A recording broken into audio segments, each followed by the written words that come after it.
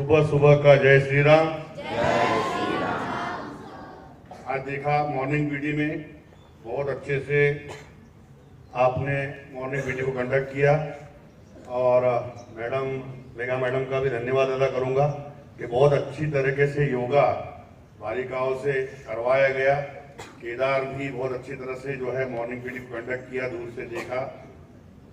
तो सुबह जो होती है हमारी प्रातः, वो पूरे दिन का आईना होती है।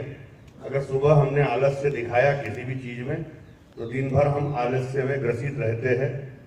और हमेशा मैं पॉजिटिव थिंकिंग की बात करता हूँ। उसी के बारे में आज आपको एक स्टोरी सुनाऊंगा छोटी सी। एक मंदिर का अहाता था, वहां पर दो व्यक्ति बैठे हुए थे, आपस में गपशप लड़ा रहे थे। कुछ देर के बाद वहां पर एक तीसरा व्यक्ति आ जाता है, वो भी उनके गपशप में शामिल हो जाता है और कुछ देर के बाद कहता है कि मुझे भूख लग रही है। अब जैसे भूख का नाम सुनते हैं दोनों को भी भूख लगने लगती है। तो पहला व्यक्ति बोलता है कि मेरे पास 3 रोटी है और दूसरा व्यक्ति बोलता है मेरे पास में 5 रोटी है। तो क्यों ना हम ये 5 और 3 8 रोटी जो है मिल बांट करके आपस में खा ले, सभी की क्षुधा शांत हो जाएगी। अब 8 रोटी को आपस में बांटे कैसे?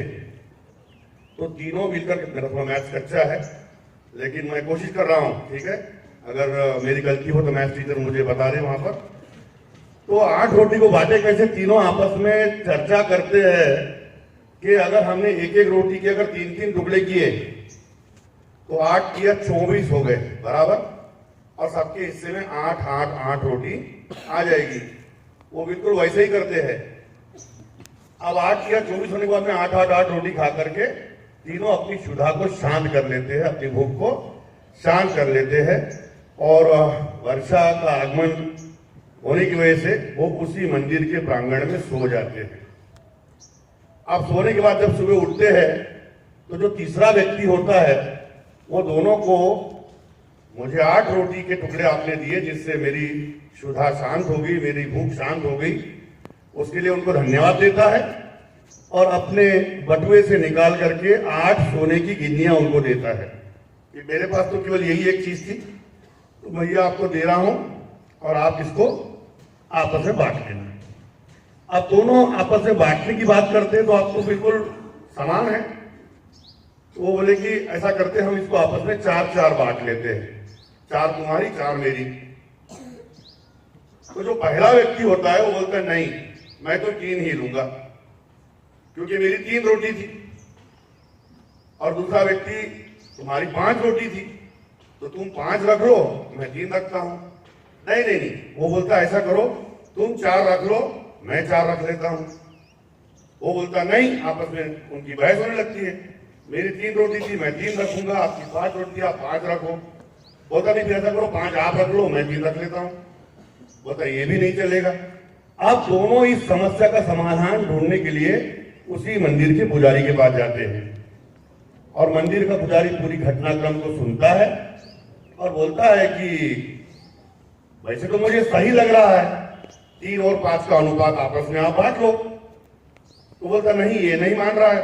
वो बोलता ये भी तो नहीं मान रहा है, ये 4-4 में भी नहीं मान रहा है, ये 5-3 में भी नहीं मान रहा है और ये 3 और 5 में भी नहीं मान रहा है। बोले ठीक है, ऐसा करो आप ये 8 की 8 सोने की गिन्नियां मेरे पास रख दो, मैं इस पर विचार करूंगा और विचार करके फिर इसका निर्णय लूंगा। अब वो विचार करने लगा। विचार करते करते उसके दिमाग में एक ही बात आ रही है कि 3 और 5 का अनुपात तो सही है, जिसकी 3 रोटी वो 3 लेगा, जिसकी 5 रोटी वो 5 लेगा। लेकिन वो सोचते सोचते सो जाता है और भगवान को बोलता है, भगवान इसका निर्णय मैं कैसे करूं, मैं समझ नहीं पा रहा हूं। मैंने तो इनको बोल दिया कि तुम आ जाओ, मैं बाद में इसका निर्णय कर दूंगा। भगवान स्वप्न में आते हैं और बोलते हैं पहले व्यक्ति को जो है 1 सोने की गिन्नी मिलनी चाहिए और दूसरे व्यक्ति को 7 सोने की गिन्नी मिलनी चाहिए। अब ये पुजारी भी अचंभे में पड़ गया। पुजारी सोचने लगा कि ये कैसा हुआ, भाई 3 रोटी वाले को 3 मिलनी चाहिए थी और 5 वाले को 5 मिलनी चाहिए थी, या दोनों का योगदान था, दोनों को 4 था। ये तो प्रभु ने तो गजब का बता दिया सॉल्यूशन। बोले प्रभु ऐसे कैसे? प्रभु ने कहा मुस्कुराकर कि जिस प्रकार से तुम सोच रहे हो मैं उस प्रकार से नहीं सोचता।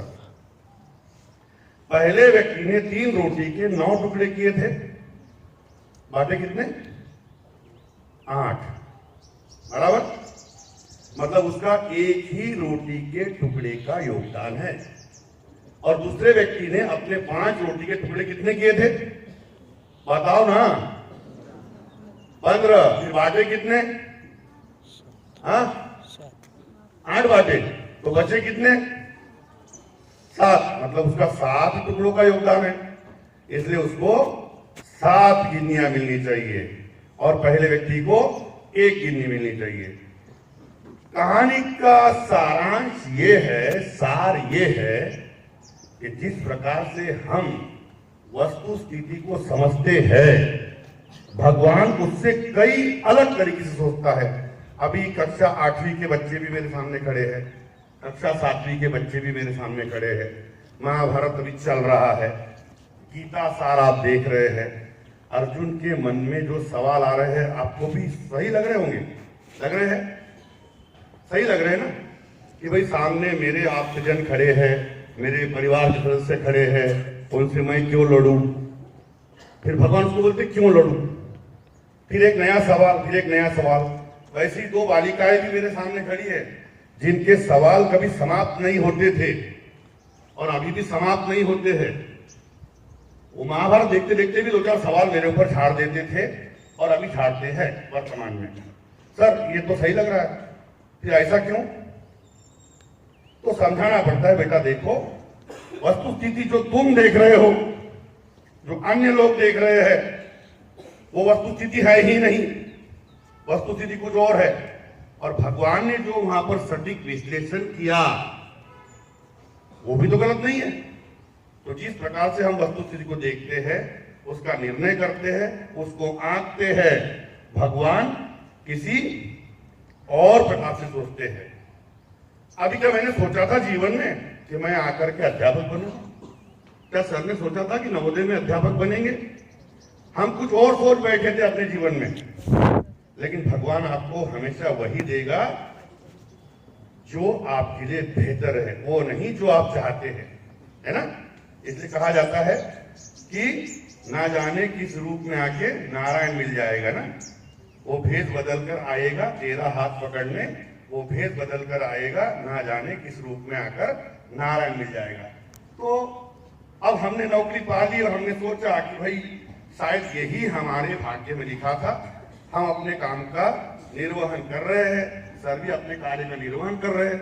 लेकिन कुछ लोग ऐसे भी आज कि जो सोच रहे हैं कि उन्हें कहीं से नौकरी पा जाए तो वो अपना जीवन सार्थक कर ले, और कुछ लोग ऐसे भी हैं जो नौकरी पा करके भी उस नौकरी से संतुष्ट नहीं है।